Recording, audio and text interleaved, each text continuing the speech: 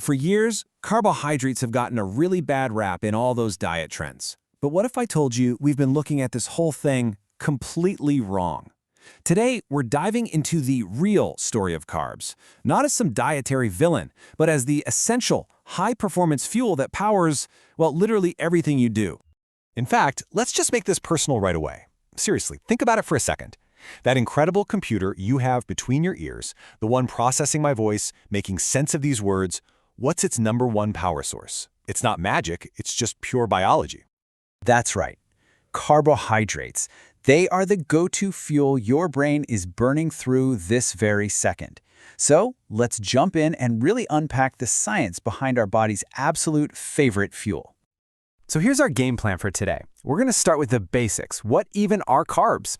Then we'll meet the different members of the carb family. After that, we'll follow their amazing journey from your plate to your cells, find out why they're the body's MVP, and finally, wrap up with how to fuel up the right way. All right, let's kick things off with Section 1.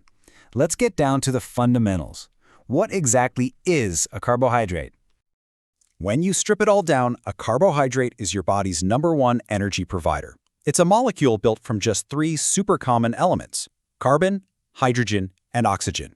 You can think of them as the basic building blocks for your body's entire power grid.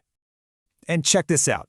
This simple formula right here is the basic blueprint for all carbohydrates. It basically means that for every carbon atom, you've got a molecule of water attached. And that's actually where the name comes from. Carbo for carbon and hydrate for water. How cool is that? It's just an incredibly elegant and powerful design. Okay, so let's see how this one simple blueprint builds out into an entire family of different carbs. Because it's not just one thing. It's this really diverse group with everything from tiny simple sugars to these massive complex chains.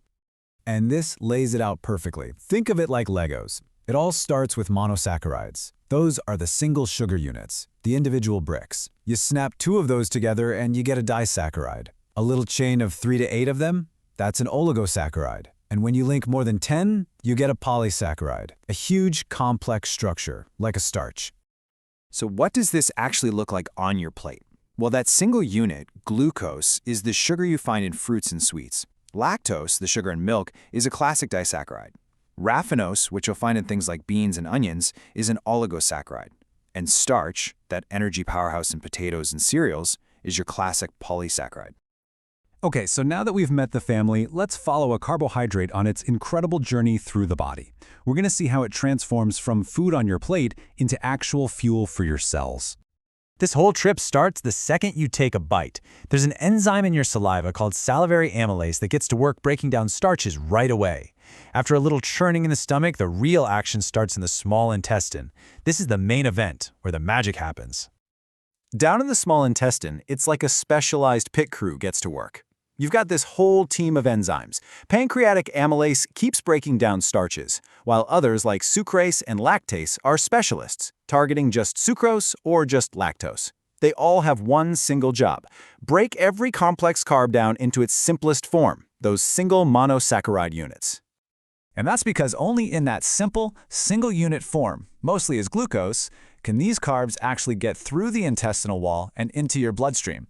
And from there, they get delivered to every single cell in your body, ready to be turned into energy. Journey complete. Okay, so this brings us to a super important point. Carbs are way more than just a quick energy hit. They are truly the most valuable player on our body's team, and they're juggling a whole bunch of critical jobs. So yeah, their main gig is being our number one source of energy, but they do so much more. They have what's called a protein sparing effect, which is so important. It means your body burns carbs for fuel instead of breaking down precious muscle tissue. Any extra carbs get neatly stored as glycogen in your liver and muscles, kind of like a backup battery for later. And, let's be honest, they also just make food taste great.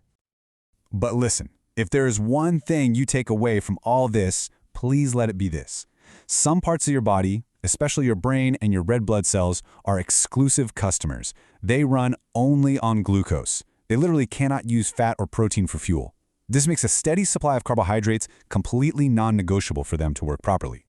So all that is the science. But how do we actually apply this stuff? Let's talk about the practical side of things, fueling your body with the right amount and the right kinds of carbs. First up, a simple but important number to remember: 4. every single gram of carbohydrate you eat provides your body with 4 kilocalories of energy. It's a really consistent, reliable way to measure the fuel you're putting in. So knowing that, how do carbs fit into your overall diet? Well, if you picture your daily energy intake like a pie, the general recommendation is for carbohydrates to make up about half of it. That's the biggest slice by far, which really underscores just how vital they are. And there's actually a rock-bottom minimum you need to hit.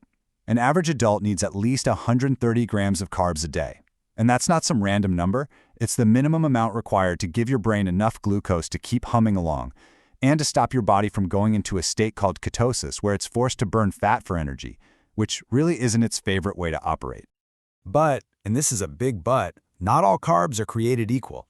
You've got simple carbs, the sugars, that give you a really quick burst of energy.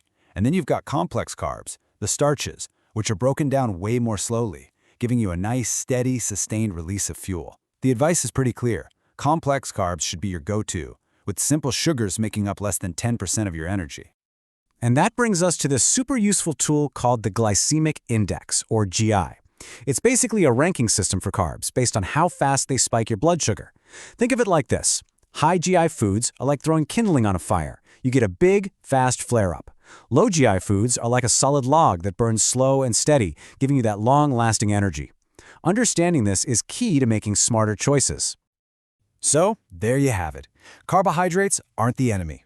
They are the sophisticated, essential, and preferred fuel source that powers our brains, our bodies, and our entire lives. Knowing the science is the first step. The next one? Well, that's up to you. So, how are you going to fuel your next big moment?